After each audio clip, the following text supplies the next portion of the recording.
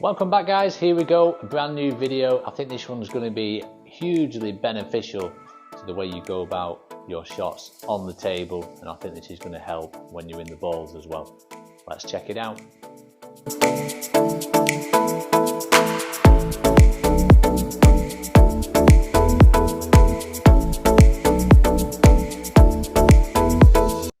Bridge distance. Now I think this has a huge impact on all your shots. All around the table, bridge distance is massive for every shot.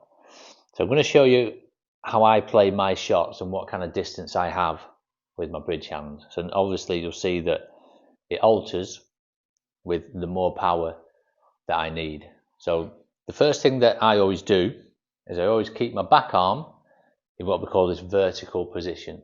So the back arm is pretty much going to be straight down for every shot. So if I'm going to play this shot now, all I'm going to play is a little soft stun across to this red. So I want to show you the position I would be in with my bridge hand. So I'm going to be here. So you can see how close that is.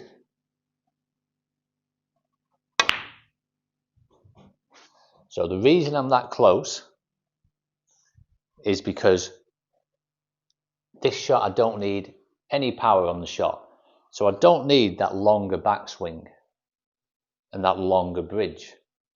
So I'm in this position. I don't need to generate the power, so I don't need the cue to come all the way back. So I'm closer in on the shot. The closer in on the shot as well, the less cue I've got at the front of the hand is going to give you more control. So if you imagine if I was now in this position trying to play that shot, there's that much cue at the front of the hand, it now becomes a little bit unstable. So I know I don't need a lot of power, so I'm close in. It aids with the accuracy as well, and the steadiness of the cue at the front gives me more control. I know I don't have to hit it hard, so I don't want that longer bridge in that situation.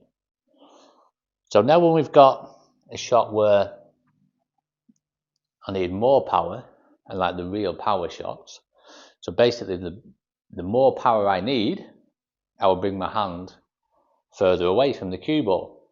So I'll show you why now.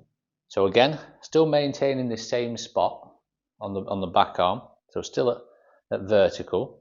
Now if I want to play a shot now that is, say, a deep screw shot, so I'm going to play this red and we'll go up for the yellow, say.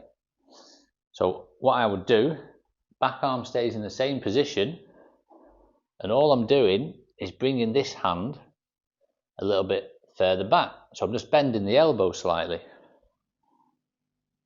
So my back arm is in the same position. I've now bent the elbow slightly, and now I've got more room at the front of the cue. So obviously the reason we want more room, if I try to play this shot now like a deeper screw shot with that shorter bridge, because my hand is so close, all I can do now is bring my cue to there. But I feel that I've not got enough length now in the cue to help generate the speed, and this is why people get a little bit quick on the shot. So they try and, because they're trying to generate so much power, they try and put everything into it because the bridge is a little bit too short. So that's why when you play this shot, you might miss the shot, and it's because you're trying to put everything into it, and basically you start moving on the shot. So if I'm now in this position from here, and I'm trying to play a deep screw shot, I can only bring my cue back to there. I feel like I've not got enough length on the cue to play that shot. So if we want that deep screw shot, I just bend my elbow in the middle, bring my hand a little bit further back. I've now got more room, look, if you see at the front. So I've now got more distance, so I can bring the cue all the way back. And what this does, because the cue is coming all the way back, it's giving you more time. So when the cue comes and hits the cue ball, it gives you more time to generate the speed that you need for this shot. So you don't feel the need to be a little bit quick and trying to put everything into this shot. So we'll play this again now. So I've now got a bit more distance, back arm's in the same position, cue comes all the way back, then we can play that deeper screw shot. So you might say, well, why don't we just play every shot with a longer bridge? Well, obviously if I'm trying to play this shot, that delicate shot now that we played before, and I've still got this longer bridge, there almost becomes a trade-off. So if I'm in this position and I'm going to play that little shot now, what happens is, because I'm longer on the bridge, the longer you are, the more unstable the cue becomes at the front. So imagine again, if I'm in this position, imagine how unstable the cue is at the front there. So if I'm here now, if I'm here and I'm trying to play a delicate shot, one, I feel like I'm losing a bit of accuracy and a bit of control because I've got a lot of cue at the front. But not also that, when the hand's a little bit further back, the tendency is still to bring the cue back too far. So if you're trying to come back too far, 9 times out of 10 you're going to overhit the shot. So you see it all the time around the pink and the black, and the players, they overhit the ball because the backswing is too long, the bridge is too long, and they're simply overhitting the shot. So if we come back to this shot now where we need a bit more power, so you might think, well, why don't you just come further and further back?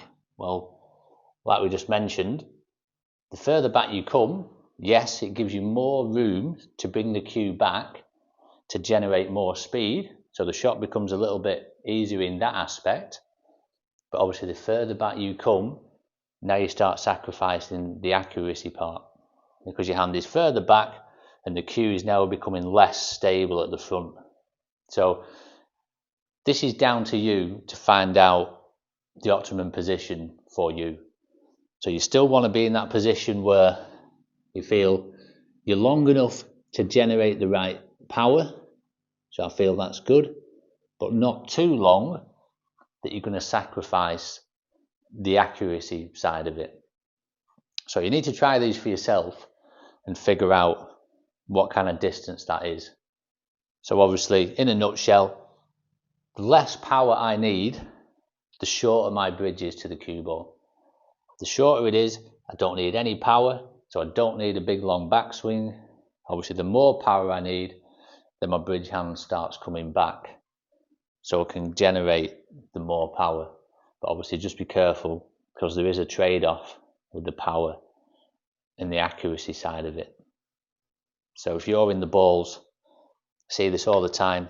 If you're in the balls, just playing delicate shots around the pink and the black, all over the table for that matter, so often players will overhit the ball, and I think it's because they're not quite close enough with the bridge hand, and I think that will help you massively. So go away and give it a try. Let me know what you think and see how you get on with that one. So there we go, guys. Hope you enjoyed that one. Obviously you've seen the way I alter my bridge distance depending on how much power I need, and I think this could be big for you too. The massive part is when you're in the balls playing these shots, if you can get that bridge a little bit closer, you're going to have so much more control, and I promise that it will feel easier. Obviously just stick with it. It will feel strange at the beginning because you might never have done that before, but you've noticed how close my hand goes, and I feel I've got more control doing that. So the more power you need, obviously my bridge hand just comes a little bit further back, and that way you can generate the power without trying to put too much in it with that short bridge. So let me know any comments. Please do comment in the comment section. As always, if you like the channel, please like, share and subscribe. It does help massively, and coaching is available. So do let me know, get in touch, and we will see you soon for the next video.